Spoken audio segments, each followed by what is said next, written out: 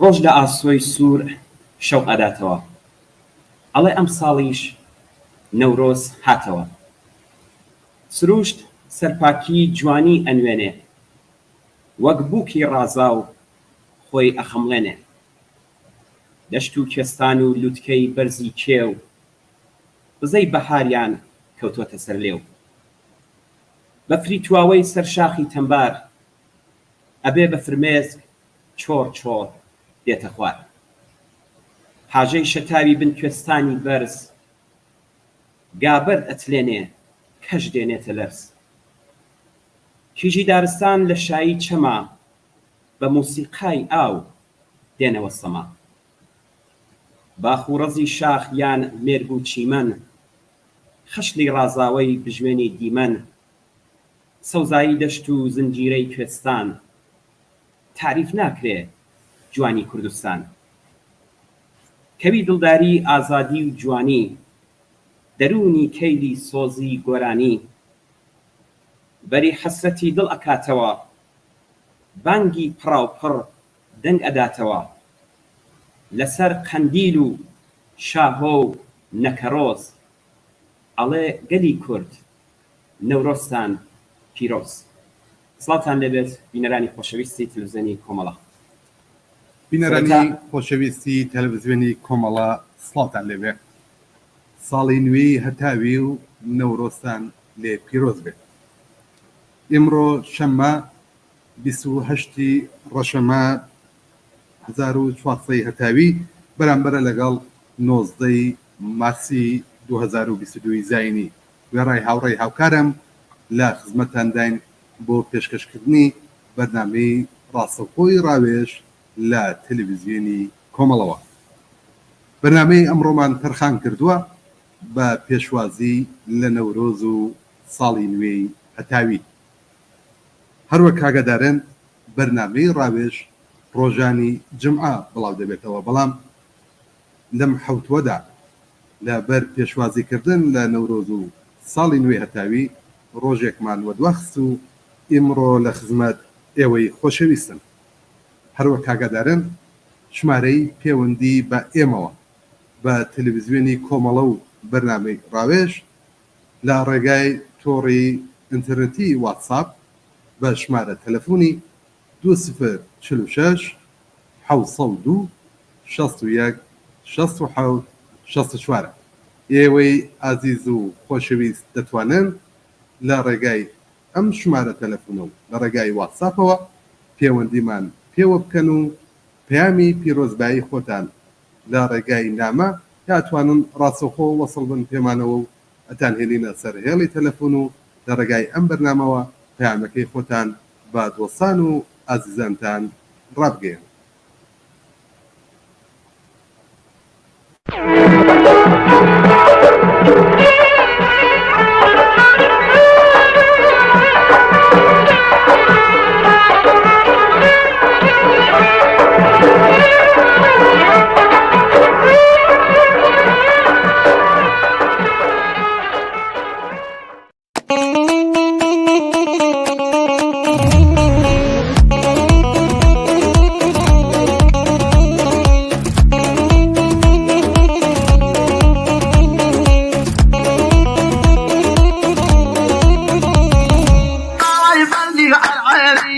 Dari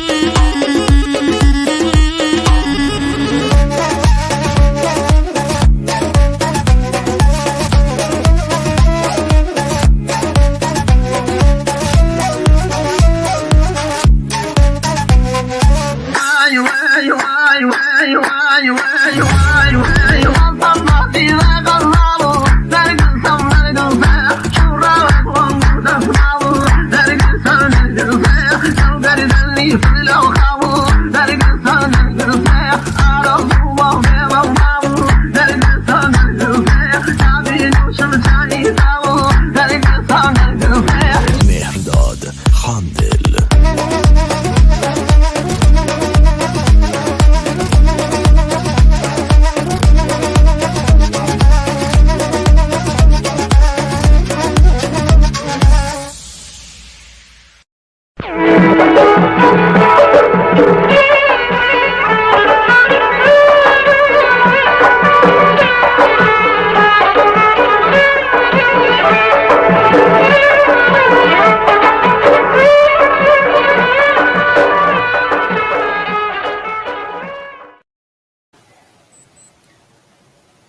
بینەرانی عزیز منیش پێم باش بوو سەرەتا پیرۆزبایی پێشاوپێش نۆرۆز و ساڵی تازە لە ئێوە بینەرانی خۆشەویست و بە تایبەت لە هەموو کۆمەڵانی خەڵکی کوردستان پیرۆزبایی بکەم و دووادارم ساڵی نێ ساڵە بێت پڕ لە خۆشی و لەشساغی و ساڵە بێت پڕ لە دەستکەوت و خۆراگری و هەموو کۆمەڵانی خەڵکی ئێران و بە تایبەتی بۆ کوردستان هەر وەک لە سەرەتای بەرنامەکە هاوڕێ ئاکۆ ئیشارەی پێکرد بینەرانیشمان دەتوانن هاوکات لە تۆڕی میدیای فیسبووکی کۆمەڵە میدیا نەتۆرک ئەتوانن پامی پیرۆزبایی خۆیان بنێن و ئێمەش لێرە بیخوێنینەوە لێرەشدا لە تۆڕی میدیای فیسبوکدا هەروەک کاک بەشیر ئەسکەندەری و کاک سەلاح کەماڵی پیرۆزبایی خۆیان کردووە بە ئیشارە بۆ بکەین کە دەتوانن لەوێژدا پامەکانی خۆتان بنێرن. بەڵێ هاوڕێ ئەمیر شارەت کرد کە لە ڕێگای فیسبووکی شەواتوانن پامان ببنێن ئێستاش پامێکمان لە ڕێگای تۆڕی واتساپۆ بهاتووە بینەرێکمان لە منتەقەی هەڵاترزان سە بە ناوچەی سنە پامی بۆ ناردوین چەپە گوڵێکی ناردووە و وێنەیەک لە نەورۆز پیرۆزبایی نەورۆز و ساڵی نوێی هەتاوی کردووە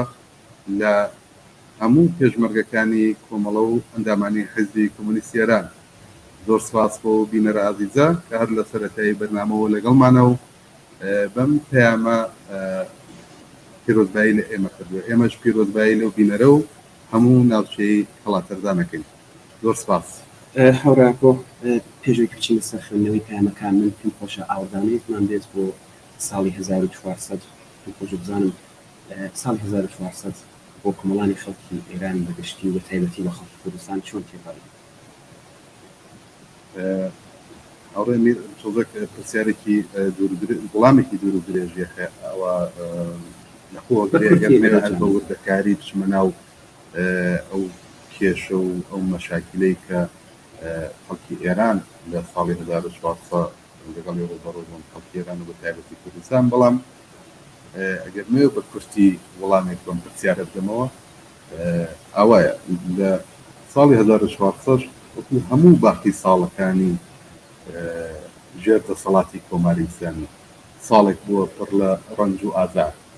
پڕ لە خەم و پەژارە پڕ لە کێشە و مشکلات هەم لە بواری ئابووری هەم لە بواری کۆمەڵایەتی لە هەموو بوارەکانە کۆمەڵانی خەڵک لە ئێران و لە کوردستانە لەگەڵ گرفتی تایبەتی بەڕۆبوو لە گرانی و لە ژیانی ناخۆش لەبارەی مەعیشەتی و لە خەمینانەوە بگرە تاکوێ نەخۆشی کۆنا و ئەو کێشانەی کە خەڵک لەباری سڵامەتیەوە بە تایبەتی لەگەڵ ئەم ویرۆسە ڕۆبەڕۆبوون و نەبوونی هیچ پلان و بەرنامەیەک لەلایەن کۆماری ئیسلامیەوە پاشان وەزیەتی کۆمەڵایەتی نەبوونی هیچ ئازادیەکی چ بە کۆمەڵ چ بە تاک هەر وەکو ساڵانی پێشووی پێش 1400 وتم ماوەی 40 ساڵ دەسەڵاتی کۆماری ئیسلامی ساڵی 1400 لەگەڵەوانە بەڕۆبوو گیر و ببند و دەستگیری هەسوڕاوانی کرێکاری هەسوڕاوانی ژنان هەسوڕاوانی بردوتنەوەی جۆرا جۆرە کۆمەڵایەتیەکان زیادی کردووە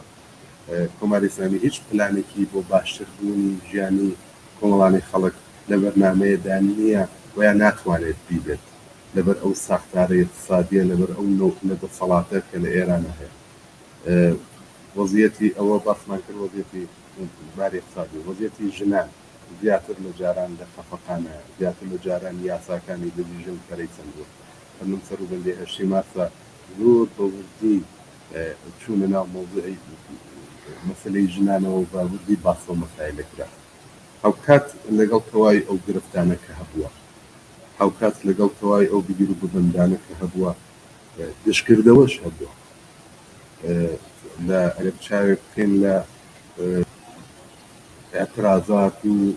مانگرتنەکانی مامۆستایان و پەرستاران و بازنشستەکان و باقی ئەوەی کرێکاران و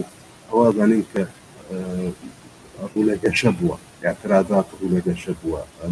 گشتکردەوە لە دژی ئەو هەموو موسیبەتەی کە کۆماری ئیسلامی دای سەپاندووە بەسەر کۆمەڵانی خەڵک لە ئێران و لە کوردستان زیادی کردووە و ئەمە دڵخۆشکەرە ئەمە هیوابەخشە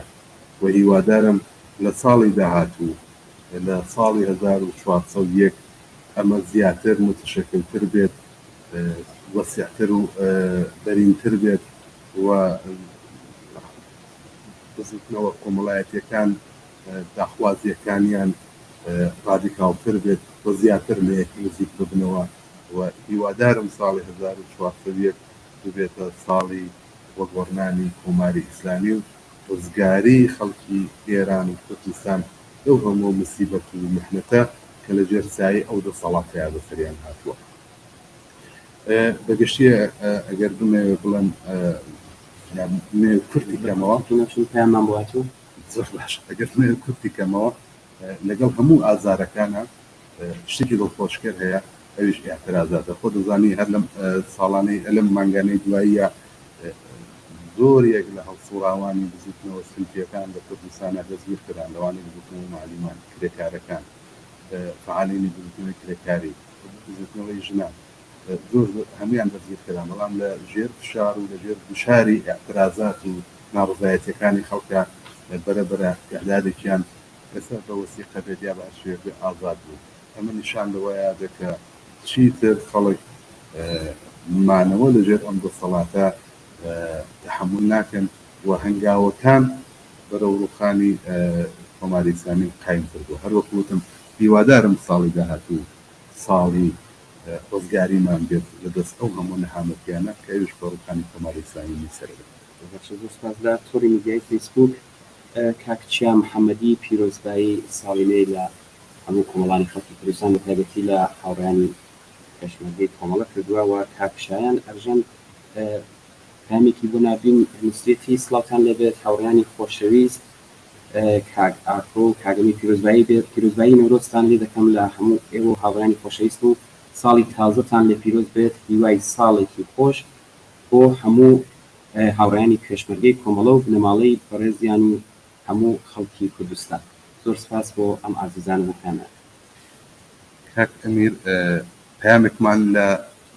شاری سەقزەوە برێت پێشوە لە شاری سەقزی خۆشەویست پیرۆزبایی نەورۆز و ساڵی نوێی هەتاوی کردووە لە هەموو کۆمەڵانی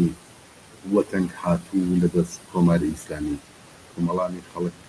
کۆمەڵانی ئازار چێشتوو لە دەست کۆماری ئیسلامی ئاواتی خواستووە کە ساڵی نوێ بکەینە ساڵی یەکگرتن یەکڕیزی و لە دەوریەکبوون لە دژی کۆماری ئیسلامی ساڵی نوێی پیرۆز کردووە زۆر سپاس دەکەین لەو بینەرە ئازیزە لەو بینەرە کە هەمیشە لە پای ئەم بەرنامەمانە یەکێک لەو کەسانە بۆ کە پەیامی بۆ نەبوو دەستخۆشی لێ ئەەکەین و سپاس و ئێمەش پیرۆزبایی لێ ئەەکەین هەروەها ئەو ئارەزوی کە ئەو هەیەی ئێمەش هەمانە و دوای سەرکەوتنامێن بینەرێکی ترمان پامێکی نردووە لە سنەوە دەستێک چەکێکڵی بۆ نردووی سپاسیەکەین پیرۆزبایی ساڵی نوێی لە هاوڕێیانی پێشمەرگە و لە ئەندامانی کوردی کۆمونیستێران کردو لەلایەن هاوڕێیانی پێشمەرگە و ئەندامانی کوردی کۆمونیستێران سپاسی بەپایان بۆ ئەو بینەرە خۆشەویستە کاک خەلید باقیاریش پامێکی لەسەر تۆڕی میدیای فەیسبووک بۆ نردوون سڵاوی کردووە لە هەموو هاوڕێیان و لە هەروەها هاوکارانی تەلەڤیزیۆن پیرۆزباییەکی نۆرۆزی کردووە لە هەموو خەڵکی کوردستان زۆر سپاس بۆ کارخالی بۆ پەیامەکەشی سپاس بۆ هەمووتان ئەوەی کە لەسەر فۆرم میدیای فەیسبووکن ئەتوانن پەیامەکانتان بنێرن ئێمە بیخوێنینەوە دووبارە تکراری دەکەینەوە کاگەرتەوە دەزان پەیام هەیە بیخوێنەوە گەرنا ناوبڕۆ کە دێنەوە یەک پەیامی بچووک ئەویش هەر پەیامی پیرۆزباییە لە بازم لە چواری سەفاس پیرۆزبایی کردووە لە بەڕێوەبەرانی ئەم بەرنامە لە هاوڕێیانی تەلەڤیزیۆن هەروەها لە پێشمەرگەکانی کۆمەڵ لەلایەن هەموویانەوە سپاس یەکەین ئێمەش پیرۆزبایی نەورۆز و ساڵی نوێنەتاوی لە ئێوەی خۆشەویستەکەی باش چین کلیپێک ببینین دێنەوە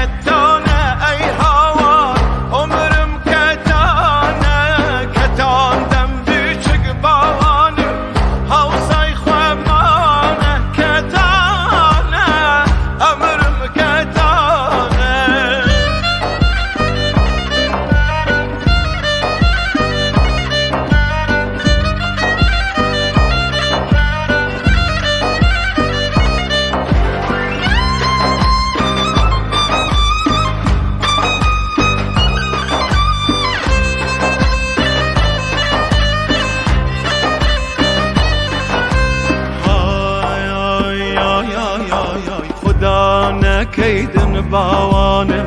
جای گد بکی درد خدا نکیدن نازنین جای گد بکی درد سفید بکنی باوانم سیه بکی برکتانه هاور کتانه کتان کتانه ای هاور عمرم کتانه کتان دم بیچک باوانم هاوسای خوامانه کتانه عمرم کتانه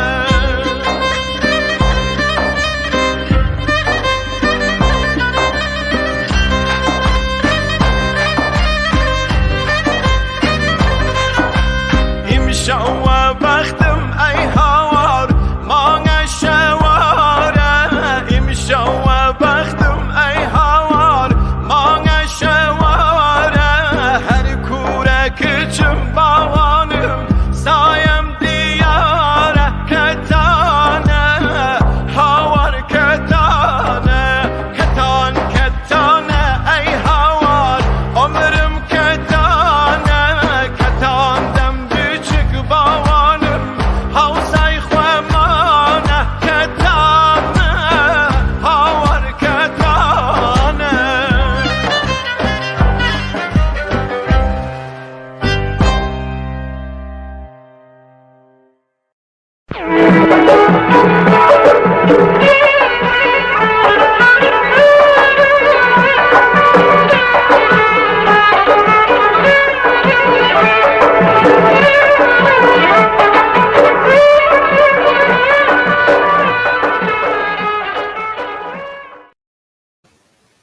بەڵێ بینەرانی خۆشەویست هەر ئێستا هاوڕێیانی تەلەڤیزیۆن ئاگاداریان کردینەوە کە بەیانیش بەرنامەکانمان بە شێوەی ڕاستەوخۆ دەبێت هەر بە بۆنەی نەورۆز و ساڵی نوێی هەتاوی. بەرنامەکانمان لە سەعاتی 3:30 دوانیۆڕۆ بە کاتی ئێران دەست پێ دەکات. هیوادارم بەیانیش بینەری ئەم بەرنامەمە. لە تۆڕی میدیای فیسبوک چەند پامێکمان بۆ هاتووە کاک کۆماس شەهبازی، کاک سانان محەممەدی پیرۆزبایی ساڵینیان لە هەموو خەڵکی کوردستان لە تایبەت لە هاوڕێیانی پێشمەرگەی کۆمەڵە. زۆر سپاس بۆ ئێوەی ئازیز. کاک محەممەد کەبوڕی پامێکی بۆ ناردنی نووسێتی نەورۆز و ساڵی تازە لە بنەماڵەی ئازیزی گیانبەختکردوانی کۆمەڵە و خەڵکی شۆڕژگەری کوردستان و کادر و ئەندام و لایەنگرانی کۆمەڵە پیرۆز بێت. زۆر سپاس بۆ پامەکەت. بینەرێکمان لە شاری سنە ئاوای بۆ نووسیوی نووسێتی وێڕای سڵاو بۆ ئێوە و هاوکارانتان. ئێمەش لە شاری سنەوە بە نۆبەی خۆمان ساڵی تازە لە ئێوە و هاوڕێیانی پێشمەرگەی کۆمەڵە پیرۆزبایی یەکەین و هیوادارین ساڵی داهاتوو لەسەر وێرانەکانی کۆماری ئیسلامی پێکەوە ئاگری ئازادی بەرپاکەین. زۆر سپاس بۆ ئەم بەڕێزە لە شاری سنەوە. ئێمەش هەمان ئارەزومان هەیە. بەڕێزێکی تر هەر لە شاری سنەی خۆشەویست دەچێتی لەلایەن خەڵکی شۆڕژێڕی شاری سنەی سەربەرزەوە بەنەوبەی خۆمان ساڵی تازە لە هەموو خەڵکی زەحمەتکێش و شۆڕژێڕی شاری سنە و مابەقی شارەکانی دیکەش و هەموو بنەماڵەی شەهیدەکان، هەموو بنەماڵەی زیندانیانی سیاسی، هەموو خەڵکی ئازادی خوازی کوردستان و ئێران پیرۆزبایی خۆمانەکەین. هیوادارین ئەم ساڵ ساڵێکی ساڵی وەدیهاتنی ئازادی و یەکسانی بێت بۆ خەڵکی کوردستان. زۆر سپاس بۆ بەڕێزەمان لە شاری سنەوە. عزیزێکی تر پامەکەی تۆزێک درێژە پێشەوەی تۆ پامەخێنیوە لە تۆڕی میدیای فیسبوک جارێکی تر ژمارە واتساپیان بۆ خوێنەوە داوای ژمارەی واتساپەکە دەکەن نووسراویشەوە بکرێن لە شێر. بەڵێ لە ژێر بەرنامەکەی لەژێر ئەم بەرنامەیە توانن بیبینن کە ژمارەکەمان 046 702 61 67 64. هەروەک هاوڕێمیر وتی بۆ بینەرانەی کە یانەوێت پەیوەندیمان پێوەگرن و پەیامی خۆیان بنێرن لە ڕێگای واتساپ توانن بۆ ژمارە پەیوەندیمان پێوەگرن. ئێمەش بە پێی کات بە پێی مەجالیات پەیامەکانە خوێنینەوە یان هێنینە سەر کاڵی تەلەفۆن.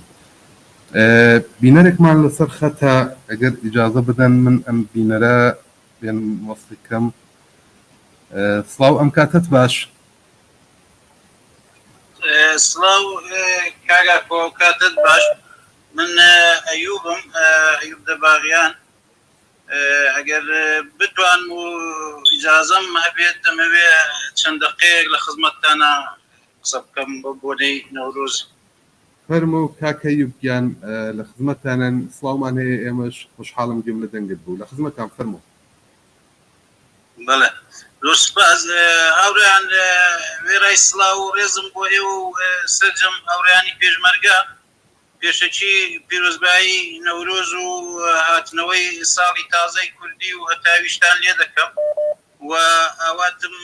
ساڵی و سەرکەوتنتانە لە هەموو بوارەکانی ژیانی تایبەتی و پێشمەرگانە و مبارەزاتیتان. هەروەها پیرۆزبایی خۆم دەگەێن مەسەرجەم خەڵکو و جەماوەری شۆڕژێر و ئازادی خواز، زیندانیانی سیاسی و هەڵسوراوە مەدەنیەکان و بنەماڵەی سەربەرزی گیانبەخت کردووان. ئەواتەخوازم ئەم ساڵی تازەیە ساڵی ڕزگاربوونی کۆمەلگا و خەڵکی بەژمێنەت و چەساوە بێت لە دەست ڕژیمی سێدارە و مەسەبی کۆماری ئیسلامی ئێران و لە گۆڕنانیان بێت. هاوڕێیان وەگاشکرایە نەورۆز جەژنێکی دیێرینە کە لەلایەن زۆربەی گەلانی ڕۆژهەڵاتی ناوەڕاست و تەنانەت بەشێک لە ئوروپاژ بە شێوازی جۆراوجۆر بەڵام لەسەر یەک بنەما و ئامانج بەڕێوە دەسێت کە ویژ هێما و مژدەیە بۆ کۆتایی هاتنی سەرماوسۆڵە و هاتنی بەهار و نۆبوونەوەی سروشت و هاوکات بەهار وەرزی ڕابوون و هەستانەوە وەرزی گەڕانەوەی هیوا بە ژیان و ژیانەوەی مرۆڤەکانیشە. بەڵام مخابن نەورۆزی گەلی کورد بە هەر چوار بەشەکەیەوە تێکەڵاوی کارەسات و مەرگەساتە یەک لە دوای یەکەکان بووە کە بە بەردەوامی لەلایەن دەسەڵاتە شوینی و فاشیستە مەسەویەکان تووشی هاتۆ بەردەوام خوێن لە جەستەی گەورە و بچووکی چۆراوە. هەر بۆیە کورد قاڵبووی ڕۆژگارێکی پڕ لە نەهامەتی و کارەساتە و مێژوەکەی خاوەن سەدان سەرگوزەشت و بەسەرهاتی تاڵ و خەمناک و زامی ساڕێژنەبووەی سەر جەستەیەتی و بەردەوام جیاکاری و هەڵاواردنی بەرامبەر کراوە و بە هەردوو ستەمی چینایەتی و نەتەوایەتیش چەوسێنراوەتەوە و کۆمەڵکوش کراوە. بەهاری ساڵی 1358 هەتاوی و نەورۆزی خێناوی سنا کوشتاری خەڵکی مەدەنی و بێتاوانی شاری مەهاباد لە بەهاری 58 و هەڵگیساندنی شەڕی نێوان کورد و تورک لە نەغەدە و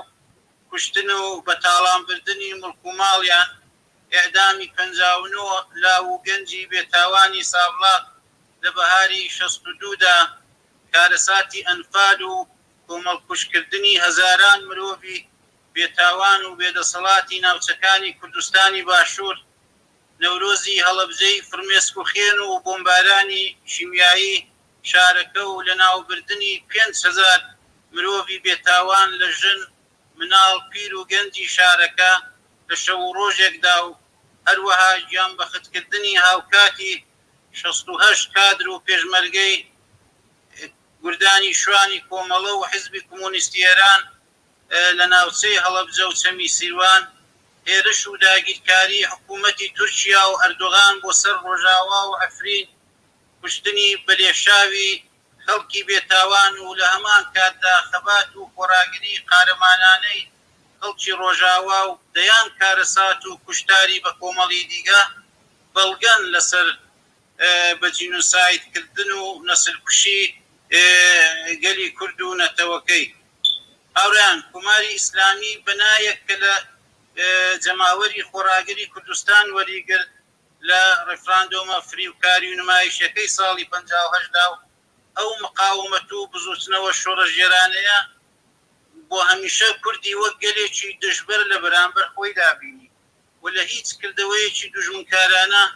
دەستی نەپاراست و ئەوەی بۆی کرا لە هەمبەر داپلۆسینی گەلی کورد کردی. بەڵام جەماوەری کوردستان، کرێکاران، خەڵکی هۆشیار و پێشڕە و سەرجەم چین و تۆژەکانی کۆمەڵگا هەرگیز ملکەتی ڕژیم نەبوونە و گۆڵیان نەداوە و هەردەم وەفادار بەو ئەهد و پەیمانەمانەوە کە بە بزوتنەوەی شۆڕەژێرانە و سوسیالیستی کوردستانیاندا و هەمیشە باسکی بەهێزی کۆمەڵە و خەباتی لێبڕاو و بێپسانەوەی بوون. ئێستاش دڵنیام هەر ئەو جەماوەرە کۆڵنەدەر و خۆڕاگرە هیچ بەهایەک نادەنە داواکاری و وشاری کۆماری ئیسلامی لە هەمبەر ڕازی بوون بە ئەو بەڵێننامە چەوت و نایاسایی ڕژیم و ئەو هەوڵەشیان بە مردووی لەسەر دەستی خۆیان و بەرپرسیاریان دەمێنێتەوە و گەلی کورد بەکردەوە نیشان دەدات کە بۆ بەڕێوەبردننی ڕێوڕسمەکانی نەورۆزی ئەم ساڵ و هەموو ساڵەکانی دیکەش پێویستیان بە مۆڵەتنامەی ڕژیمێک نییە کە هەرگیز خوازرا و قبولکراویان نەبووە و لە داگیرکەرێک زیاتر نییە کە دەستی سوورە بە خێنی هەزاران پیر و گەنجی کوردستان. لە کۆتاییدا ئاواتەخوازم هەنگاوەکانمان بۆ کۆتایی هێنان بە شەوەزەنگی دیکتاتۆری خێراتر بکەین، با وردە وردە خۆمان بۆ لە ئامێزگرتنی بەهاری ئازادی و ڕزگاری هەتا هەتایی لە کوردستان و ئێران ئامادەکەین. با ئێمە خەڵکی شۆڕەژێر و سەرجەم چین و تۆژەکانی کۆمەڵگا نەورۆز و ڕۆژەکانی سەری ساڵ بکەین بە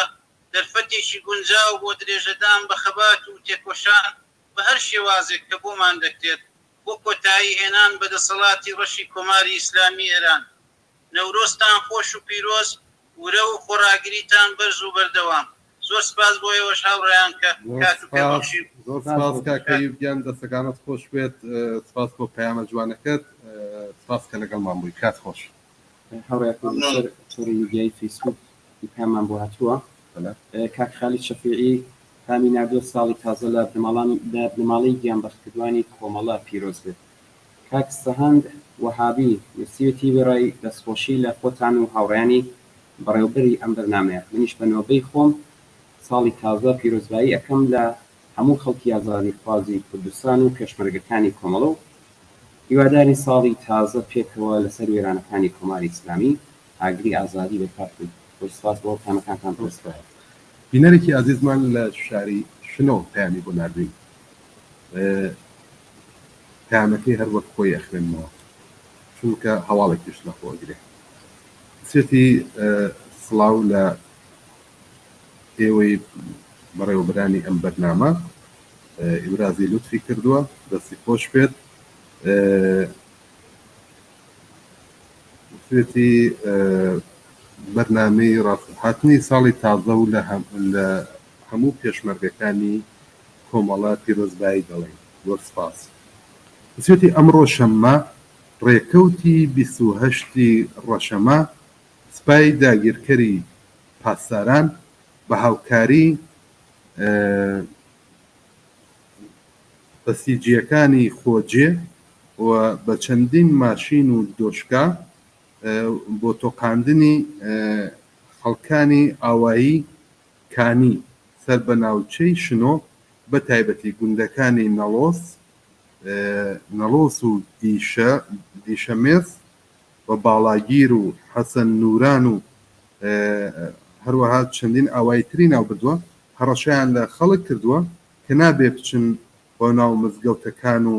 دەرگای مزگەوتەکان ئەبێت داخن و نابێت سرودی کوردی بڵاو بکرێتەوە و یا دەرگای مزگەوتەکانیان دیارە ئەوەی کە نووسێتی لەبەرەوەی کە خەڵک یا ئەوانەی نەچنە ئەوێ لە بلنگۆکانی مزگەوتەکانەوە سرودی شۆڕژگەڕانە و بە بۆنەی نەورۆز و هاتنی ساڵی نوێەوە لێوە بانگەوازی شۆڕژگەڕانە دەربڕن هەربۆیە نیگەرانی ئەوەن داوایان کردوە دەرگای مزگەوتەکانیش تەنانەت بۆ بەجێهێنانی ڕێوڕەسماییەکان دابخەن تا کۆتایی ساڵ توێتی نابێت هیچ ئاڵایەک یا سرودێک لە ناو مزگەوتەکان و لە ڕێگای بلنگۆکانی مزگەوتەکانەوە بڵاو بێتەوە بینەرێکتان لە شاری شنۆ بەڵێ وا دیارە کۆماری ئیسلامی لە بەڕێوەچوونی ئەم ڕێوڕەسمانە لە شارەکانی کوردستان ترساون و هەل ئێستاوە پلانیان بۆیان هەیە بینەرێکی تریشمان لە ژاوەرۆی سنە بسێتی سڵاو هاوڕێیان ماندوو نەبن نەورۆستان پیرۆز بێ و هیوای سەرکەوتنی مەزن لە ژێر ئاڵای بەلوی کۆمەڵە ڕێزی تایبەتیمان هەیە بۆ ڕابەرانی ژیر و بەتوانای کۆمەڵە بە تایبەت هاوڕێیانی هاوڕێ ئیلانی عەلیزادە زۆر سپاس بۆ ئەم بینەرەمان لە مەنتەقەی ژاوەرۆی سنە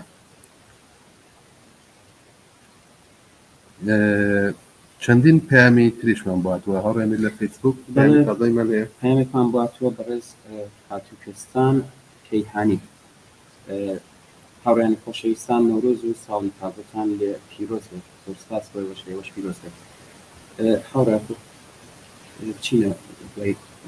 ئەگەر ئیجازە بدەیت بینەرێکمان لەسەر هێڵی تەلەفۆنە هاوڕێ ئەمیر بینەری خۆشەویست ئەم کاتت باش سڵاو لێبێ سڵاو کاگاکۆ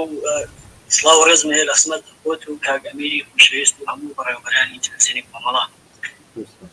ئومیدی خۆشەویست سڵاو لە تۆش هاوڕێ ئومید هاوڕێ ئومیدی دەوڵەتی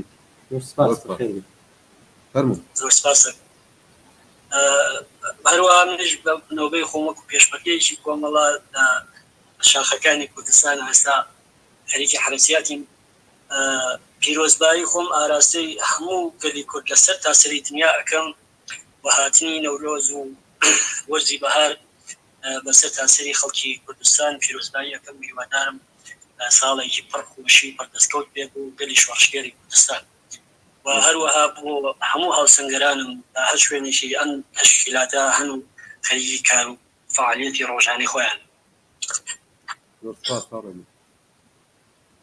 سپاس دەکەم. جا من ئەگەر ئیجازە بن دەرفەتتان ببێت، من هیچ دیاریەکم نییە بۆ هاوسەنگەران و بۆ هاوڕێکانم. ئەگەر پێتان خۆش بێت کۆپلە شارێک یا گۆرانیەکتان پێشکەشەکەم، هیوادارم خۆشتان بێت. ماسەکانت خۆش بێت، حتمما زۆر سپاس. چی لەوە جوانتر فەرموو. ممنونم، زۆر سپاس. ڕۆژ لە سۆی سوور شەو قەداتەوە ئەم ساڵی نەورۆز هاتەوە، ئەم ساڵی نەورۆز هاتەوە، سروش سەرپاکی جوانی ئەلێنێ وەک بووکی ڕازە بۆ یەکەم لێنێ، وەک بووکی ڕازە خۆ یەخەم لێنێ، دەشت و کوێستان و لوتکەی بەرزی کێو بزەی بەهاریان کەوتۆتە سەر لێو، بزەی بەهاریان کەوتۆتە سەر لێو، سەر شاخی خەمبار بەفریتوان، سەر شاخی خەمبار ئەبێ بەفرمێس چۆر چۆر دێتە خوار، ئەبێ بەفرمێس چۆر چۆر دێتە خوار، ئاژەی شەتاوی بن کوێستانی بارد گابەر کەش دێنێتە لار، گابەر دەترێنێ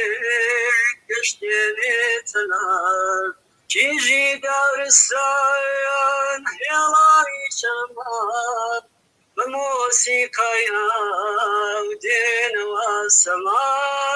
بە مۆسیقایان دێنەوە سەما، باخۆ ڕەزی شاخ یان مێرگ بچینیمان خشڵی ڕازاوای بژوێنی دیمان، خشڵی ڕازاوای بژوێنی دیمان، سەوزایی دەشت و زنجیرە کوێستان تاریب ناکرێ جوانی کوردستان، تاریب ناکرێ جوانی کوردستان، کەوی دڵداری و ئازادی و جوانی دەرونی کەیلی سۆزی گۆرانی،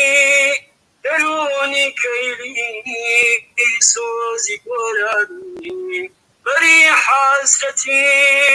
دڵەکاتەوە، بەری حەسرەتی دڵەکاتەوە، بەنگی پەڕاپات شەو خەداتەوە، بەنگی پەڕاپات دەنگەداتەوە، لەسەر قەندیل و شاونەکارۆ، لەسەر قەندیل و شاونەکارۆ، ئەڵێ گەلی کورد نەورۆزدا پیرۆز، ئەڵێ گەلی کورد نەورۆزدا پیرۆز. نەورۆزی هەموو پیرۆز بێت، نەورۆزی هەموو گەلی کورد پیرۆز بێت و هیوادارم ساڵی داهاتوو لە شارەکان و لە گۆڕەپانەکانی شارەکانی بانە، شارەکانی هەموو سەرتاسەری کوردستان ئێمە ئاگری نەورۆز هەڵ بکەین و نەورۆز پیرۆزکەین. من هەمیشە ناوی بانەم لەسەر دەمەوە، هیوادارم بۆ جارێک شاری بانە ببین و بە ئازادی و دموکراسی لەناو شاری بانەدا لە سەرتاسەری کوردستان نەورۆز پیرۆز بکەین. زۆر سپاس کاکم دیان، سپاس کە لەگەڵمان بووی، بۆ ئێمە دیارەیەکی زۆر باش بوو، هیوادارم بۆ بینەرانیش هەروە بوو بێت. زۆر سپاس، دەمخۆش یاردمێنی بۆ ئێمە و بۆ کۆمەڵە و بۆ خەڵکی شۆڕ دیارێکی هیوادارم بە ئارەزمەکەشت لە بانە بکەیت. زۆر سپاس.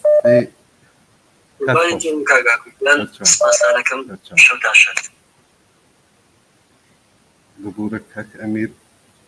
بینەرێکی ترمان لە تەرخەتە. ئەم کاتت باش، وەخت بەخێر. ئەلۆ فەرموو بەڕێزم، دەنگت بڵاوە بێتەوە لە خزمەتان. وتم پیرۆزبایی ساڵی تازە لە هەموو کورد و کوردستان تبریک پێژم زۆر سپاس دەکەم لە ئێوە شەروا لە شاری سەقزە و شاری زۆر سپاس داوا لەو بینەرانە ئاکەین بە تایبەت ئەوانەی کە دێنە سەر هێڵی تەلەفۆن تەلەڤیزیۆنەکانیان کەم بکەن ئێمە ڕاستەخۆ هەوڵە دەین دەنگیان بڵاو بکەینەوە زۆر سپاس بۆ بینەرە لە شاری سەقز پامەکەت گەیشت ئێمەش پیرۆزبایی نەورۆز و ساڵی تازەی هەتاوی لە ئێوە ئاکەین کاک ئەمیر پامێکی زۆر بۆ من هاتووە بەڵام وا بنەوەی بەڕێزانەی فەیسبووکە بەڵێ پێشەنگکانی نووسێتی ساڵی تازەتان لە پیرۆز بێت بە تەواوی کادر و پێشمەرگە قەرەمانەکانی کۆمەڵە و خەڵکی کوردستان بە تایبەتی زۆر سپاس بۆ پەیامەکەت ئیجازە بدەی یەک دوو پەیامیش لێرە بخوێنمەوە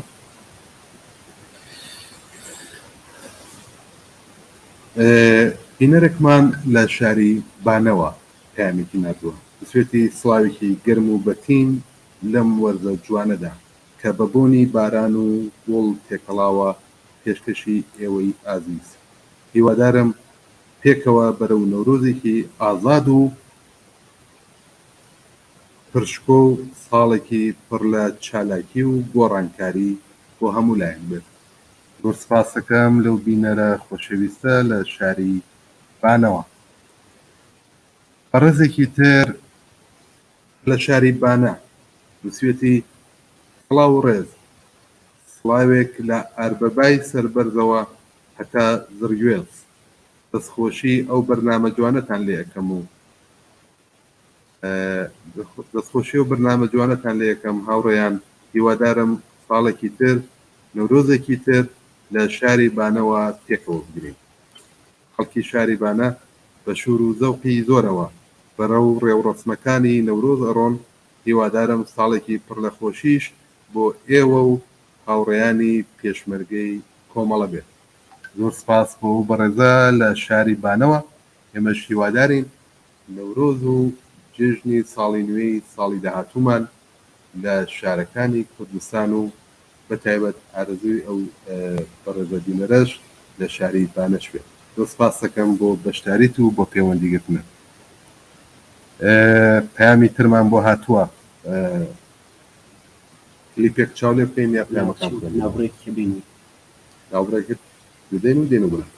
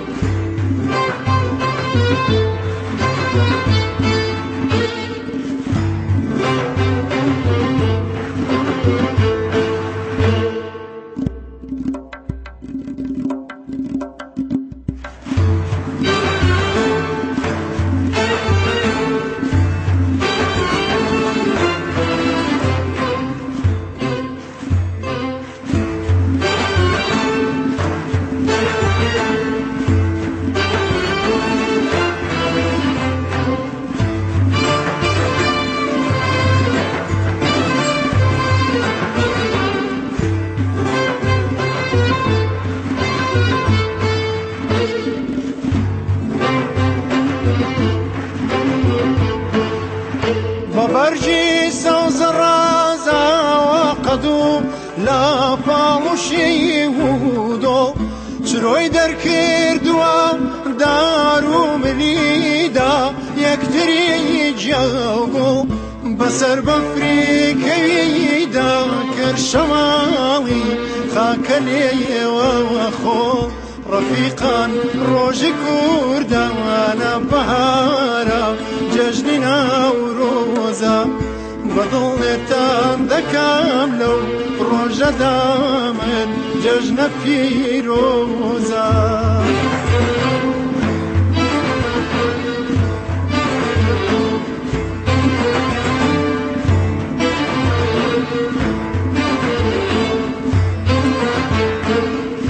بەسۆزی بای بەیان لێوی کراوە خونچەی خەندان لەسەر چڵ بولبولی شەیدا لە خۆشی گوڵ دەڵێ بەندان بەجێهات ئارزووی لاوان و گەرمە کۆڕی گۆوەندان ڕەفیقان ڕۆژی کوردانە بەهارە جەژنی ناورۆزە بەدڵێتان دەکەم لەو ڕۆژەدا من جەژنە پیرۆزە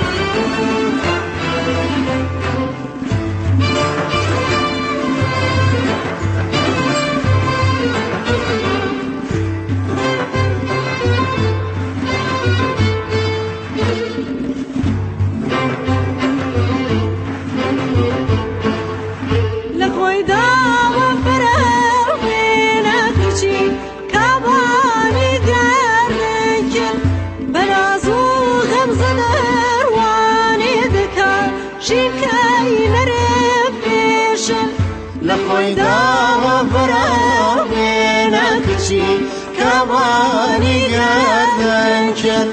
بەناز و غەمزەدا وانێ دەکا شینکەی نەرێم پێشن لەگەڵ بۆنی وەناو شاو تێکەڵاون بۆنی عاوەتر و هێل ڕەفیقان ڕۆژی کوردانە بەهارە جەژنی ناورۆزە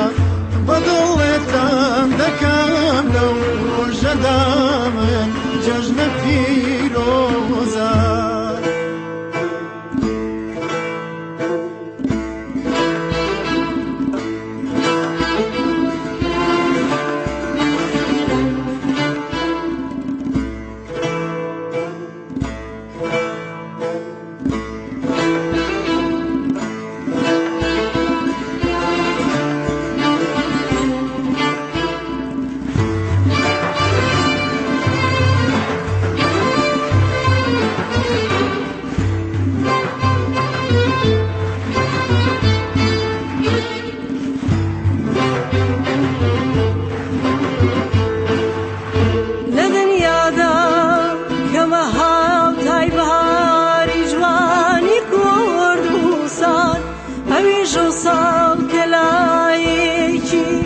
نەجاتی بوو لە ژێر دەستان لە خۆشییان وڵاتە شاعریش بۆتە هەزار دەستان ڕەفیقان ڕۆژی کوردانە بەهارە جێژنی ناورۆزە بەدڵێتان دەکەم لەو ڕۆژەدا من جێژنە پیرۆزە بەدڵێتان دەکەم لەو ڕۆژەدا من جێژنە پیرۆزە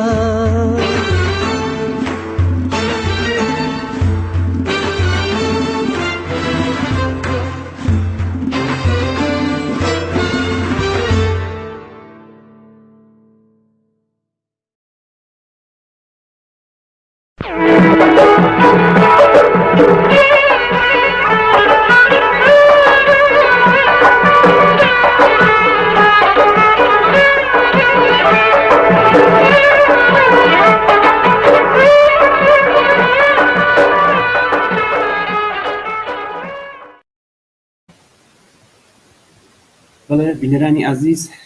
هاوڕێت سەعید ئەمانی وێڕای پیرۆزبایی ساڵی نوێ بە دیاری شێعرێکی وەنابین کە پێشکەشتانی کرد. ناوی شێعرەکە بەهارە. بەهار عەتری نزیکبوونەوەی بە بەرۆکی گوڵەباخی باخچەکەمدا هەژاندووە. نووکی پەنجەی ئەرخەیانی تەزووی ترسی قونچەکانی تاراندووە. دەناخەوە بە فرمێسکی ڕنووی بەفر و نێوچاوانی گرژی زستان پێدەکەن. زۆر سپاس بۆ هاورە سەعید بۆ ئەم دیارە جوانە. هاوڕێکۆ پێیان هاتووە پەیامێکی زۆرمان بۆ هاتووە ئەگەر ئیجازە بدەن ئەوە بینەرێکمان لە شاری سنەی خۆشەویست نووسێتی ئێمە لە شاری سنەوە هەر ئێستا لەسەر ئاویێری سەربەرزەوە ئاسڵپۆ بینەری بەرنامەی ڕاوێژین ئێمەش بەنۆبەی خۆمان ساڵی تازە لە ئێوە و هاوکارانی بەرنامەی ڕاوێژ پیرۆزبایی ئەکەین و هیوادارین ساڵی نوێ ساڵێکی پڕ لە دەستکەوت بێت. زۆر سپاس بۆ ئەم بینەرانە. سڵاو بۆ خەڵکی خۆشەویستی شاری سنەش. هاوڕێ مەجی ئەحمەدی خۆشەویست پامێکی نردووە وتی منیش وەک پێشمەرگەی کۆمەڵە پیرۆزبایی ساڵی 1401 لە بنەماڵەی گیانبەخردوانی کۆمەڵە و خەڵکی ئازادیخوازی کوردستان و هەموو هاوڕێیانمەکەم هیوادارم سەرکەوتوو بن. سپاس بۆ هاوڕێمەجی ئێمەش هەروە ئارەزووی سەرکەوتنمان بۆ هاوڕێ خۆشەویست هەیە. ئەگەر ئیجازە بدەیت کاک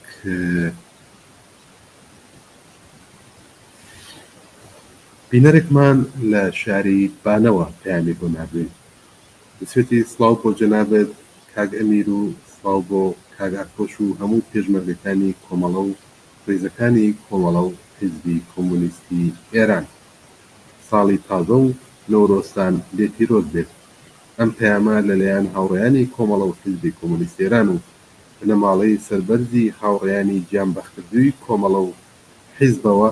پێشکەش بە ئێوە و جوڵانەوەی کۆمۆنیستی و کرێکاری لە هەموو ئێران و هەروەها جوڵانەوەی شۆڕژگەڕانەی خەڵکی کوردستان بە هیوای وەدیهاتنی ئاواتی بەرزی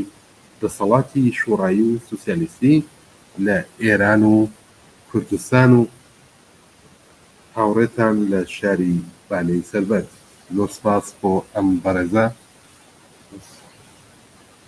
بینەرێکمان بورە بینەرێک هاتە سەر هێڵی تەلەفۆن و دابڕە پامی فەیسبووکمانەیە یا من هەر درێژە بواری واتە بەڵێ هاوڕێ سیروس نەوەڕە ساڵی تازەی لە هەموو لایەک پیرۆز کردووە. زۆر سپاس بۆ هاوڕێ سیروس.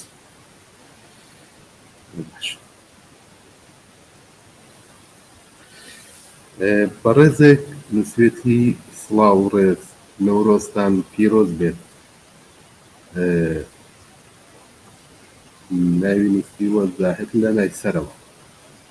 لە نایسەری سنەوە. زۆر سپاس بۆ ئەم بینەرە خۆشەویستە لە منتەقەی نایسەر لە شاری سنەی خۆشەویست.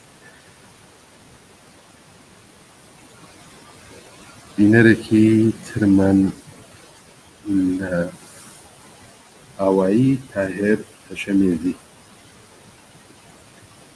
لە ئاوایی هەشەمێز بووە ناوی تاهێر وتی سڵاوی گەرم لە ئاوایی هەشەمێزەوە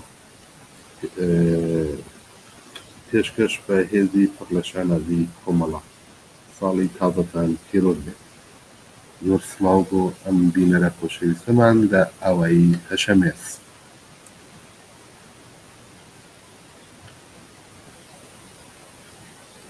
هاوڕێ خالیدی شەفیعی خۆشەویست سوێتی ساڵی تازە لە بنەماڵەی سەربەرزی گیانبەخردوان و گشت هاوڕێیان و پێشمەرگە و خەڵکی کوردستان پیرۆز بێت. زۆر سپاس بۆ هاوڕێ خالیدیش.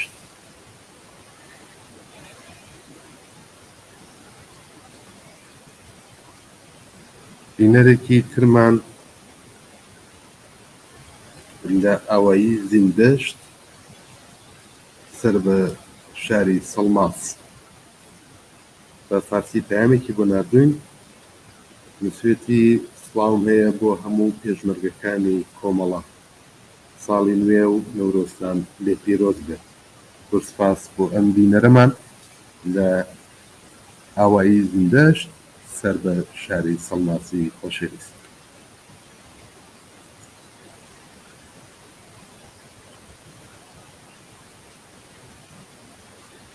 نەرێکی تریش کردی زۆر سپاس بۆ کاک ئەمیر بۆ پێشکەشکردنی شێعرە جوانەکانی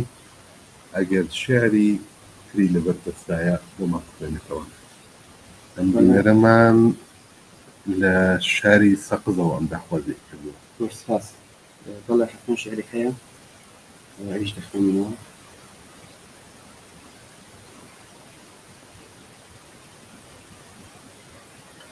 نێرەکی ترمان لە شاری مەریوان سڵاوی و نردووە بۆ بەرنامەکە و پێتی بەداخەوە ناتوانم دێمە سەر خیاڵی تەلەفۆن هینا پێم خۆش بوو بە پێشکەشکردنی گۆرانیەک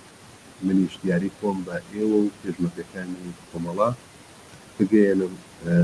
زۆر سپاس بۆ ئەم بینەرە خۆشەویستە هیوادارم کە بتوانی بێتە سەر خەت بە پەرچاوگرتنی هەموو بوارە ئەمنیەکان ئەگەر پێت خۆش بێت هێڵی تەلەفۆن کراوەیە ئەتوانی بێتە سەر خەت و کامەکەتمان بۆ خوێنێتەوە زۆر سپاس کاکەمی فەرموو بەڵێ شعرەکەیە بەڵام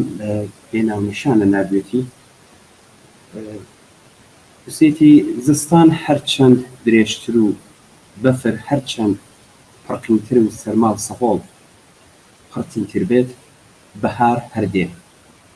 بەهارێکی گەلێ جوانتر لە بەهارانی ڕابردوو بەهارێ دێ کە ژین دەدا بە دەماری لەشی مردوو زۆر سپاس بەداخەوە ناونیشانی نەبوو سپاس بۆ ئەم شعرەی کە ناردی هاوڕێکۆ من چەند ڕۆژەی ڕابردوودا لە ئارشیوی کۆمەڵا چاوم بە نووسراوەیە کەوت لە نووسینی هاوڕێی گیانبەختبوون هاوڕێی خۆشەویستان کە جێگەی زۆر خاڵێ لێرە هاوڕێ فەرهاد شەعبانی یادی بەخێر بێت نووسراوێکی نووسیوە کە پیرۆزبایی کامنۆرۆزم لێ دەکەن من پێم باش وێنی و پێویستمانی کە ئەم نووسراوەیە بیخوێنینەوە ئەگەر مەجال هەبێت نا بخینە ئاخری یاعلان بخوێنین بیخوێنینەوە ئەم نووسراوەیە هاوڕێ فەرهاد شەعبانی هاوڕێی گیانبەختبوومان کە بەڕاستی کە من چاوم بۆ نووسراوەیە کەوت بەڕاستی پێم حەیف بوو هاوڕێ ئاکۆکە هاوڕێ فەرهاد چەندە دەردەغەکانی چەندە خەمخۆری ئەم خەڵکە بوو خەمخۆری خەڵکی کوردستان وسێتی پیرۆزبایی کام نەورۆزم لێ دەکەن ئەو نەورۆزەی کە هەر بەو خێرایی کە هات بە هەمان خێراییش لە لاپاڵی دیوارە بە قوڕ هەڵچنراوە نێوەبیران و کاولەکەی ئێمەوە تێپەڕیوە و تەنانەت ئاوڕێکشی لە ناو ماڵەکەمان نەداوە نەورۆزێک کە بۆ پایەپەتیەکان و کەوشە گیرەکانی من و پشکەکەم گۆرەویەکشی پێ نەبوو نەورۆزێک کە جێژنانەکەی بۆ باوکم هەڵپەستی دواخرا و نزگێنی هێنانە خوارەوەی هەڵپەستی ساڵی داهاتوو نەورۆزێک کە تەنانەت نەمتوانی لە یەکەمین جەژنی دووریمان شاخەت گوڵێک لەسەر مەزاری ئابرام دانیم و بە سۆزێکی غەریبانەوە لایەلایی بۆ بکەم و جرتوفەتەکانی سەردەمی نەورۆزی مناڵیمانی بۆ بیر بێنەوە نەورۆزێک کە تەنانەت نەمتوانی بچینە سەردانی خاڵە بنکراوەکەمان و پەیامی کرێکارانی هاوکاری پێڕابێنی و پێی بڵین کە ئەوان لەو هەڵقەسەکەمایان هێندێکیان بۆ خاڵۆژن و مناڵەکان وەکو کومەت خەرج دەبێت نەورۆزێک کە ئەگەر لە دوای هەنگاوەکانی سەوزە دەڕوێت بەڵام تەئسیرێک ناکاتە سەر ژیانی کاڵ و سەهۆڵ بەستووی ئێمە هەرچەند چەند ڕۆژ لەمەوە بوو کە بە نەڕەنڕەی باوکم کە بەسەر دایکمی لە گۆڕان کە هەڵبەستم وەرنەگرتووە نیمە چیت لە گیانم دەوێت و کاتێک چاوم کردەوە هەرچی هەنگاوی دایکم لەناو پەنجە قەڵەشیوەکانی باوکمدا دێت کە لە سووچی ژووری تەنگی تاریکمان یەکێک لە ئەم کەسبی و بەفرینەکانی لە لای بەرۆکی کراسە درێژەکەی دەرفەڕی بوو چاوم تێبڕی و لە حاڵی گریان پیرۆزبایی کام نەورۆزم لێ دەکەن ئەو نەورۆزەی کە لە ڕۆژەکانیدا سەیری بەتەکانی داخڵی شکاوەکەم دەکەم و داخڵەکە کە ساڵێکی تەواوی تێپەڕی بوو دیوای شکان نیم هەبوو هەتا جلوبەرگی تازەی پێ بکەم بەڵام چەند ڕۆژ بەر لە نەورۆز دایکم بەو فرمێسکانەی کە بەسەر ڕوومەتیدا داهاتنە خوارد هەڵی گرت هەتا بۆ دڵە ناتەواوەکەی نازانین چکە چۆلەکەم دەرمان بکرێت تامە نەورۆز نەورۆزێک کە لە بۆنی برنجی پاکرا و زەعفەران و عەتری ماسی پڵاوی کوڵانی ئێمە و هەند کۆڵان ئەولاتریش خەبەرێک نییە و تەنها لەسەر تەلەڤیزیۆنە بێڕەنگەکەی ناو ژوورەکەمان ڕەنگی ئاجیل و شیرینی و ماسیە ڕەنگاو ڕەنگەکان دەبینین و ئاوی زارمانی یەکوت بدەین نەورۆزێک کە تەنانەت دایکی جگەر سوتا و داغداریشم نەیتوانی ئەو گەنم و نیسکەی کە مزگێنی مانای ژیان لە بەهار و ساڵی تازە پێەیە لەسەر سینیە کۆنەکەمان بڵاو کاتەوە منیش گوێ لە هەناسەکانی بکەین نەورۆزێک کە ئەم ساڵیش هەر وەک ساڵان لە تاریکایی شەوی تحویلی ساڵدا دەبێت لە دوورە دەستەوە دەنگی تۆقتۆقە و پیشفشەکانی بینین و لە نێو تیشک و ڕووناکیەکەی دیوا بە ژیان لە ساڵی داهاتوو بچێژین داخی دانووسێتی سەرڕای هەمووی ئەم ڕەنج و مەینەتیانە و بەم ژیانە تاڵ و سەغڵ بەستوەی کە نەورۆزی ئەم ساڵیش گرەیەک لە ساردیەکەی نەکردەوە ساڵی ڕابردوو دەست لە ناو دەستیەک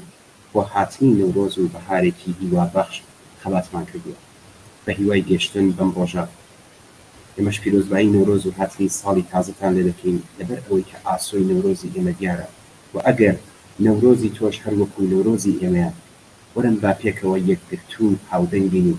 چینە پێشوازی نەورۆز و بەهارەکەی لەسەر گۆڕستانی دیکتاتۆرەکان و ستەمگەری و بێعەداڵەتیەکانیان جەژن بکەین ڕاستی من ئەم نووسراوەی پێم حەیف بوو کە نەیخوێنمەوە لەم بەرنامەیەدا پامیشی تێدا بوو لە ئاخریدا هەورە ئاکۆ ڕاستی زۆر جێگای خاڵیە یادی ئازیزی بەرز و بەڕێز بتوی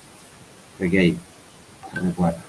زۆر سپاس هاوڕێنێر یادی هاوڕێکەکانی خۆشەویست لە لامان هەمیشە زیندووە ڕێگای لاڕێبوار بینەرێکمان لەسەر خەتی تەلەفۆنە سڵاو ئەم کاتت باش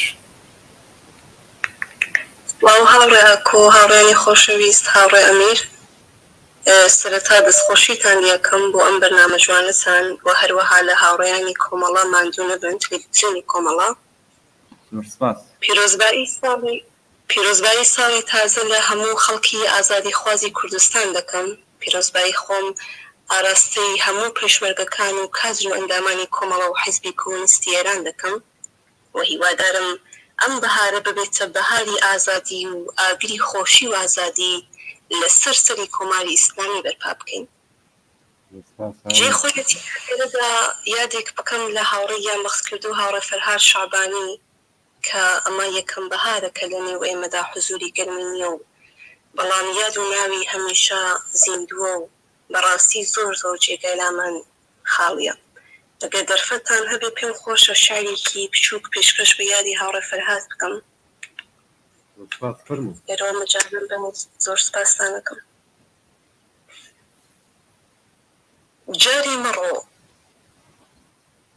جاری مەڕۆ شعر و چیرۆک حەیران و سیا چەمانە بەرەو لووتکە بە شوێن شەقڵی پێتا بە قورسایی هەنگاو دەنێن جارێ مەڕۆ شەپۆلی سەرکەشی ئاورد پێنووسەکەت ناخنکێنن عشقی یاغیت سنوورەکان دەبەزێنن شۆڕە سوارەکەی کوچکە ڕەش هەڵگری بەیداخی عەشق بەم داخەوە سەرمەنێوە چماکە ئاگری ناخت مەشخەڵی نەورۆزی پێوە جارێ مەڕۆ کوردستانی دڵم نەبێ کوی بەرگەی زامی تۆ دەگرێ جارێ زووە قەپۆلەی ئەم بیرە وەریەت لە دەفتەری ئەوینمدا سەر هەڵگرێ زۆر سپاس بۆ بەرنامە جوانەکەتان دیسانەوە پیرۆزبایی ساڵی تازەتان لێکەم و هەر بژین و ماندوو نەبن زۆر سپاس بۆ تۆ هاوڕێشێکی لای خۆشەویست زۆر سپاس بۆی کە بەشداریت کرد ئێمەش پیرۆزبایی ساڵی نوێ ئەوها نەورۆز لە ئێوە کرد دەستەکانت خۆش بێت زۆر سپاس هاوڕێشێکی لە هاوڕێکۆ لە فەیسبوک کاک ئارام دیوارگەر تامەتی نردووە سڵاوێکی گەرمتان و دەستخۆشی بۆ بەرنامە جوانەکەتان نەورۆز لە خۆتان و نەماڵەی هەموو ئازادی خواست پیرۆز بێت زۆر سپاس زۆر باشە بەڕێزێک لە ژاوەرەوەی سنە پامی نردووە نووسێتی دەستان خۆش پێ هاوڕێیان ئێمە پۆلێک هاوڕێین کە ئێستاکە بینەری بەرنامەکەتانین زۆر جوانە و سپاس ئێمە لەگەڵتانی ئەم ساڵ نەورۆزمان بە یادی کوردانی شوانەوە بەرپا دەکەین سڵ لە هیچ بربەستێک ناکەین بژی کۆمەڵا بژی ئێوەی خۆشەویست لە ژاوەرەوەی سنە هیوام سەرکەوتنتانە کاک ئەمیر بینەرێکی ترمان بسوێتی سڵاوتان لێبێت ساڵی تازە لە خۆتان و بینەرانی خۆشەویستی تەلەڤیزیۆنی کۆمەڵا هەروەها خەڵکی کوردستان پیرۆزبایی دەکەم لە ئاوایی گەلێن زۆر سپاس بۆ ئەم بینەرەمان لە ئاوایی گەلێن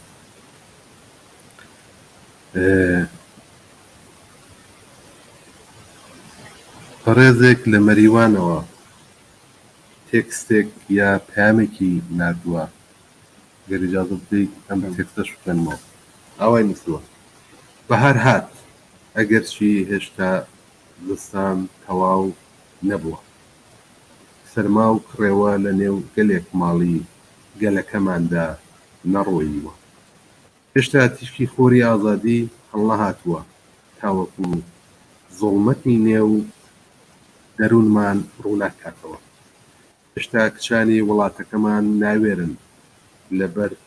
سەگی شارەکەیان ڕازی دڵیان بدرکێنن هێشتا گەلەی ئینسان ژیانیان لێ وەڕەزە لە کاتێکدا زیندانەکان پڕن لە کچان و کوڕانی ئازادیخواز و تێکۆشەری نیشتمانەکەمان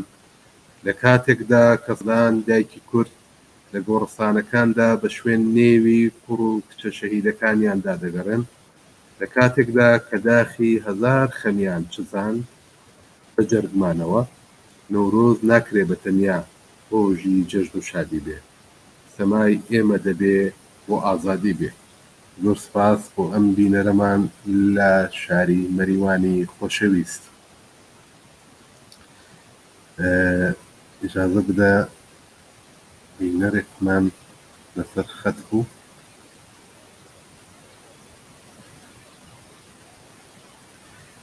پەیامان هەیە لە فەیسبوک وەسمە بێتەوە بەڵێ کاک محەممەد کەلبووی نووسێتی لەگەڵ سڵاوی دووبارە هاوڕێیان کاک ئەمیر و کاک ئاکۆ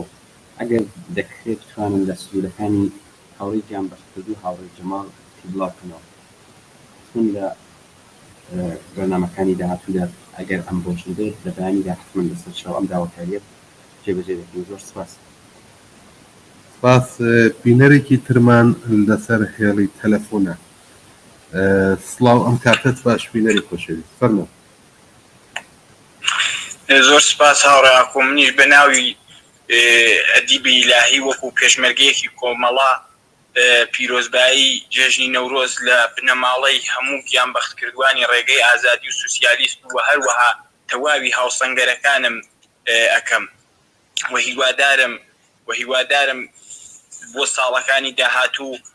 نەورۆز لە شارەکانی لە گۆڕەپانەکانی شارەکانی کوردستان ئاوری نەورۆز بکەینەوە و ئەم ڕۆژە شکۆدارە بەرز ڕابگرین سپاس هاوڕێدێت دەست خۆش بێت ئێمەش پیرۆزبایی لە جەنابەت و لە باقی هاوڕێیانی پێشمەرگاکەین زۆر سپاس هاوڕێیاکۆ هەروەها هیوادارم تەواوی ئەو زیندانیە سیاسیانەی کە لە سیاچاڵەکانی ڕژیمی دیکتاتۆری جمهوری ئیسلامیان بە تیشکی خۆر شاد ببنەوە و ئازادات ببن هیوادارین زۆر سپاس ممنون سپاس بۆ ئێوەش سپاس بۆ هاتیتە لەگەڵمان بووی جارێکی تریش ئێمەش پیرۆزبای لێکەین لە شاری سەقزی خۆشەویست ئەیانمان بۆ هاتووە گوتی ئێمە کۆڕێک لە لاوانی شاری سەقز پیرۆزبایی خۆمان ئاراستەی هەموو پێشمەرگەکانی کۆمەڵە و کادر و ئەندامانی کۆمەڵە دەکەین هیوادارین ئەم بەهارە بێت بە بەهاری ئازادی هەر بژین زۆر سپاس بۆ ئەم کۆڕە هاوڕێیە لە شاری سەقزی خۆشەویست ئێمەش پیرۆزبایی نەورۆز و ساڵی نوێ هەتاوی لە ئێوە دەکەین و هەروەها ئارەزوەکان و ئاواتەکانی ئێوەش بە ئاواتە خۆن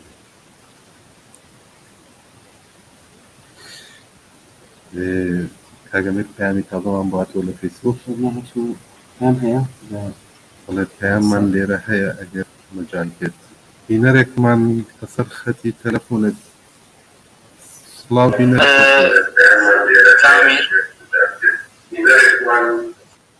فەرموو دەنگت بڵاوە بێتەوە ئەگەر دەنگی تەلەڤیزیۆنەکەت کەم کەیت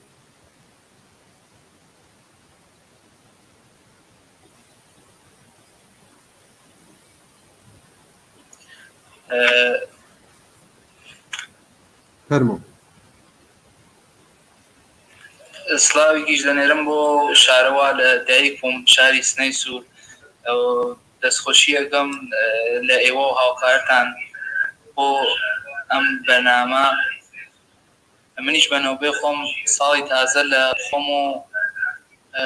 سەرجەم هاوڕێیانم تایبەت بنەماڵەی گیانبەخت کردووان پیرۆزبایی یەکەم سپاس دەکەم هیوادارم ساڵێکی تازە ساڵێکی پڕ دەستکەوت بێت دەستان خۆش بێت زۆر سپاس بۆ تۆش هاوڕێ مەجی خۆشەویست سپاس بۆی کە هەم پامت نردوو هەم خۆشتات سەر هێڵەکە زۆر سپاس بۆ تۆ و پیرۆزت لە ساڵی نوێ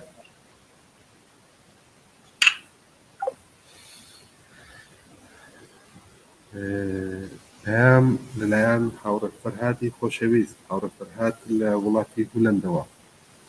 هاوڕێ فەرهادی مەجیدی سێتی سڵاو ڕێز هاوڕێیانی خۆشەویست من بە نوێنەرایەتی لەلایەن هێئەت مدیرەی کارگەر نیوز و پۆڵبەر نیوز هاتنی بەهار و ساڵی نوێ پیرۆزبایی یەکەم لە ئێوە و هەموو کرێکاران و زەحمەتکێشانی کوردستان بە تایبەت پۆڵبەرانی ئازیز هیوادارم ساڵی داهاتوو ساڵی گەیشتن بە ئامانجەکانمان کە ڕووخانی ڕژیمی کۆماری ئیسلامی و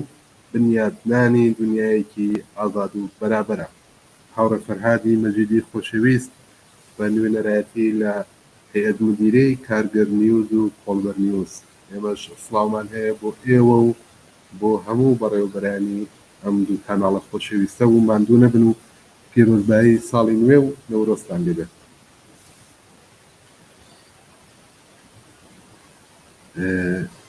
بەڕێزێکی تر وێنەیەکیان بۆ نردوین نووسیانە لەلایەن بینەرێکتانەوە لە ئاوایی نەوەڕا نەورۆز و ساڵی نوێ لە هەموو لایەکان پیرۆز بێت هاوڕێیان و دۆستانی خۆشەویست زۆر سپاس بۆ ئەم بینەرە خۆشەویستەمان لە ئاوایی نەوەڕا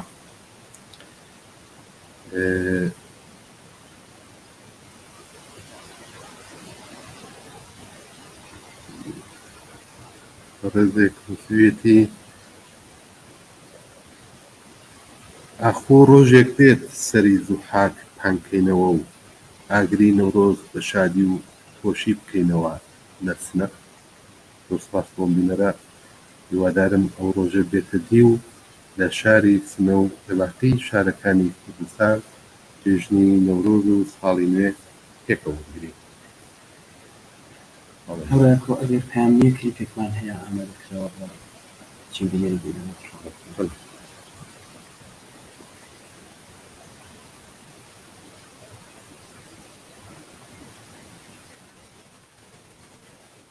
غني بشي تكنيك كليبك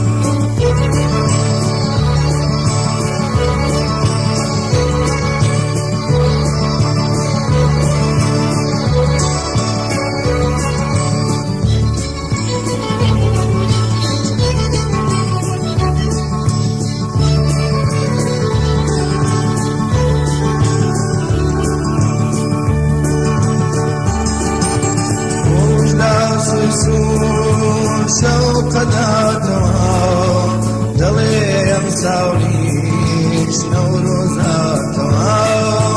دەڵێم ساڵیش نەورۆزاتەوە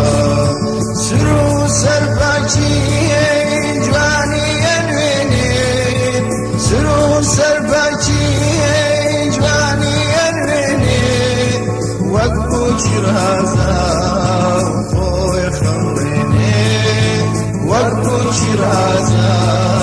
خۆی خەڵێنێ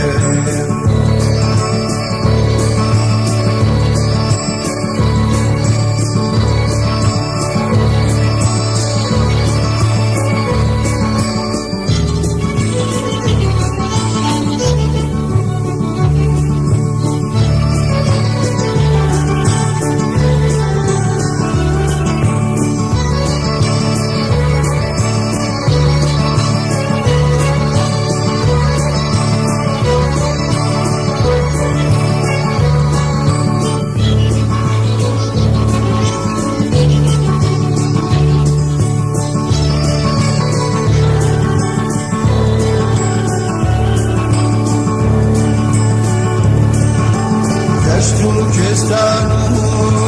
لوتکەی بەرزی کێو بزەی بەهاریان کەوتۆتە سەر لێو بزەی بەهاریان کەوتۆتە سەر لێو بەفری توای سەر شاخی خەمبار بەفری توای سەر شاخی خەمبار ئەبێ بەفرمێن چۆر چۆر دێتە خوار ئەبێ بەفرمێن چۆر چۆر دێتە خوار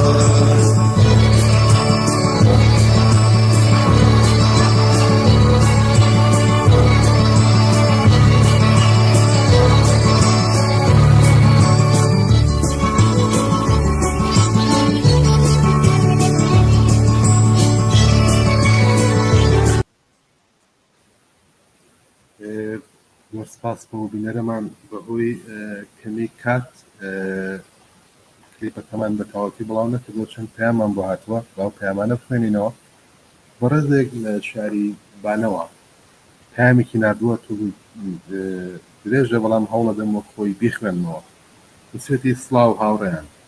شتێکتان بۆ ئەڵێم شیعر نییە چیرۆک نییە ڕوئیا و دەرهێنەری خۆم و خولیای زەینم نییە بەرچاوی خۆم ئەمڕۆ هەر ئەمڕۆ شاهیدی بووم و دەسەکچێکی لە 12 ساڵ لەگەڵ باوک و دایکی ئەدووە کە بچین بۆ ماڵی باوە گەورە و شتێکیان بۆ بەرین ئاخر ئەوان پیر و بەساڵات چوون و چاوەڕوانن باوک و دایکی لە یەکیان ئەڕوانی و چاوەڕوانن باوک و دایکی لە یەکیان ئەڕوانی و فرمێسک لە شاویان قەتیسما بوو خۆم پێ نەگیرا و چوومە پێش دۆسایەتیمان هەیە پرسییم بووە کزوماتی بۆ جوابێکی ئەو کچە ژیرەتان نادەنەوە زۆر بەدڵ پەرۆشیەوە جوابیان دامەوە کە هیچ لە ماڵماندا نییە دەستمان خاڵیە بڕوا بفەرموو یەخچاڵەکەمان سوتاوە ماوەیەکە پوڵی چاکردنەوەیمان نییە ئەم کچەمان 150,000 تمەن لە دەمی خۆی گەڕاوەتەوە و کۆی کردووەتەوە ئەڵێ ئەیدەین بە یەک دوو شتت بۆ ماڵی بابە و دایە گەورەم حاڵم گیرا بەدڵگریام کە لە وڵاتێکدا کە لەسەر دنیای نەوت و گاز و هەموو جۆرە داهاتێکدایە و تاقمێک سەرمایەدار هەر لەم شارەی خۆماندا بەلێشا و پۆڵیان هەیە و سابهای نجومیان ماشی حسێبەکانیش لە حسێبکردنی عاجزن و بە سەدان خانەوادە لەم شارە و شار و دێهاتەکان ئەبێ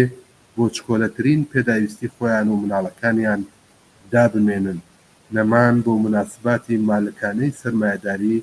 بژی خۆشبژێوی و ژیانێکی پڕ لە کامرانی لە سیستەمێکی سوسیالیستیدا هاوڕێیەکتان لەبانەوە زۆر سپاس بۆ ئەم هاوڕێیە بۆ ناردنی ئەم ئەڵێ واقعیەتی بووە چیرۆک و داستانیە ئەمەی ئەمڕۆ بە چاوی خۆی دیوە زۆر سپاس بۆ گێڕانەوەی ئەم بەسەر هاتە بەڕێزێک بە ناوی ئاچین لە شاری سنەوە پامی بۆ ناردی نووسێتی بە فارسی نووسێتی من وەک خۆی خوێنمەوە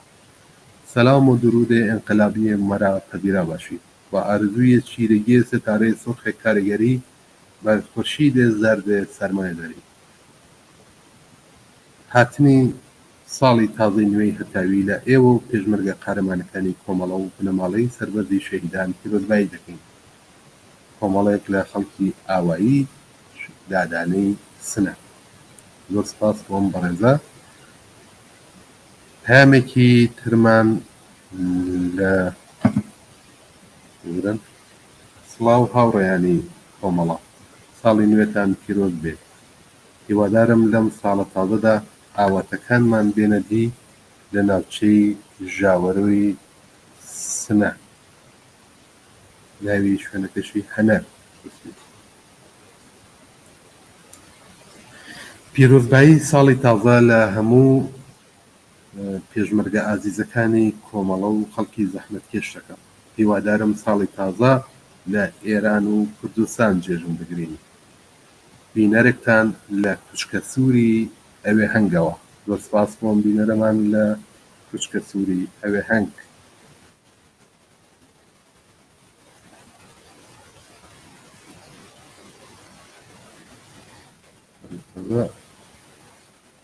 لە ئاوایی ژاوەڕۆی سنە پایانێکی ترمان بۆ هاتووە پیرۆزبایی ساڵی نوێ و نەورۆزی لێکردن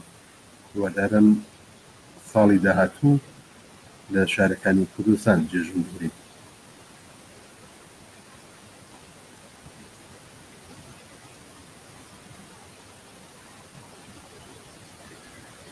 نەرێکمان لە مەریوان و پامی بۆ ناردوین پامەکەی تۆزێک پەیوەندی بە تەوەری بەرنامەکەمان نییە گەرم بینەرە مەڵام پامەکەی ڕاگەێنین یا لە شوێنی تر حتمما جواب بێدەینەوانە زۆر سپاس بۆم بینەرەمان کە هاتوو پامی نردووە بەڵێ لەسەر تۆی فەیسبووکیش کاکسلاح کەماڵی پامی نردووە نووسیەتی پیرۆزبایی نەورۆز لە پێشمەرگەکانی کۆمەڵە و ڕەهبەری کۆمەڵە و هەموو بنەماڵەی هاوڕێیانی گیانبەخشکردوانی کۆمەڵاکەم زۆر سپاس کاکسلاح بۆ پامەکەت هاوڕێیان کۆ کاتمان زۆر کەمە پێم باش بوو لە کۆتاییدا شارێکی کورتمان بێت هەر وەک خۆت ئاگادار بوویت لە ڕۆژانی ڕابردوودا سوپای پاسەران شەرت و مەرجێکی بۆ تایبەت بۆ کوردستان دانا ڕسمەکان دەبێت بۆ شەرت و مەرجانە ڕەوەچێت بەڵام بە چای خۆمان دیمان کە چوارشەممە سووری لە هەموو کوردستان زۆر بە جوانی بەڕێکردێتی بەڕێوەچوو زۆر بە کورتی ئەگەر دەکرێت دەبێت چی بکرێت کۆمەڵانی خەڵکی کوردستان دەبێت چی بکەن بۆی کە ڕسمەکان شیاوی نەورۆزی ئەم ساڵ زۆر بە کورتی چون کاتمان زۆر هەمەوە هەوڕە ئەمیر ئشارەت بە شتێکی باش کرد لەم مەجالە کورتەیە زۆر بە کورتی باسی کردن ئێژەوەیە مۆڵەتنامەیەکی بڵاو کردوەوە کە گوایە ئەو کەسانی کە ئەیانەوێت ئەگەر لەبیرت پێ هەر لە سەرەتای بەرنامە بینەرێک لە شاری شنەوە ئیشارەی کرد کە دەرگای مزگەوتەکان داخلان ئیفادە لە بلندبووی مزگەوتەکان مەکەن بۆ بڵاوکردنەوەی سرود و پەیامی پیرۆزبایی و بەرەوپێ چوونی نەورۆزی ساڵی نوێ مۆڵەتنامەکە هەندێک شەرتی تایە لەو شەرتانەوەیە کە یەکەمەوەی کە لە هێماکان و لە ئاڵای کوردستان و لە گوڵی سوور و لە سرودهای حماسی بۆ بەڕێوەچوونی نەورۆز بەکار نهێن ڕەشپەڵەک نەگیرێت شادی نەکەن بەرعەکسەکەی هێماکانی کۆماری ئیسلامی بەکاربێنن ئەمانە شەرتە بۆ ئەوەی کە ئەگەر خەڵکانێک بیانەوێت لە کوردستان بەرەوپیری نەورۆز بەڵام دیارە کوردستان مێژوویەکی هەیە هەر لەم سەر و بەندەی لەم مانگانەی ئاخرا 8 مارس گیرا بەبێ مۆڵەتنامە چوارشەممە سووری گیرا بەبێ مۆڵەتنامە خەڵکی کوردستان بۆ ئەم هەلو مەرجانە نە مۆڵەتنامە وەرەگرێت پێ پێویستی بە ئیجازە وەرگرتنی کەس هەیە هیوادارین ئەم ساڵیش خەڵکی کوردستان وەکو ساڵانی پێچوو بەرەوپیری نەورۆز چن بەرەوپیری ساڵی نوێ هەتاوی بچن و بۆ شادی و خۆشیکردن بە هیچ شوەیەکی دنیا مۆڵەتنامی ناوێت خەڵکی کوردستانیش ئەم مۆڵەتنامە وەرناگرێت و یەکدەنگ بەرەوپیری ساڵی نوێی هەتاویەتی باشە هاوڕێیان دەست خۆش بێت ئێمە کاتی بەرنامەکەمان تەواو دەبێت بەڵام با دووبارەی بکەینەوە کە بەیانی سەعات 3 بە کاتی ئێرە 3:30 بە کاتی ئێران بەرنامەی ڕاستەوخۆمان دەبێت دەتوانن دوبارە بێنەوە سەر خەت و پامەکانتان بنێرن زۆر سپاس بۆ ئەو پامە جوانانەی کە ناتان ڕاست بۆ پایامەکانتان دووبارە ساڵی نوێ و نەورۆزتان پیرۆز بێت هیوادارین ساڵێکی پڕ لە شادی و کامرانیتان لە پێش بێت بژیم بە شادی بژیم بە خۆشی هیوادارم ساڵانی داهاتوو لە کوردستان و شارەکانی کوردستان جێژن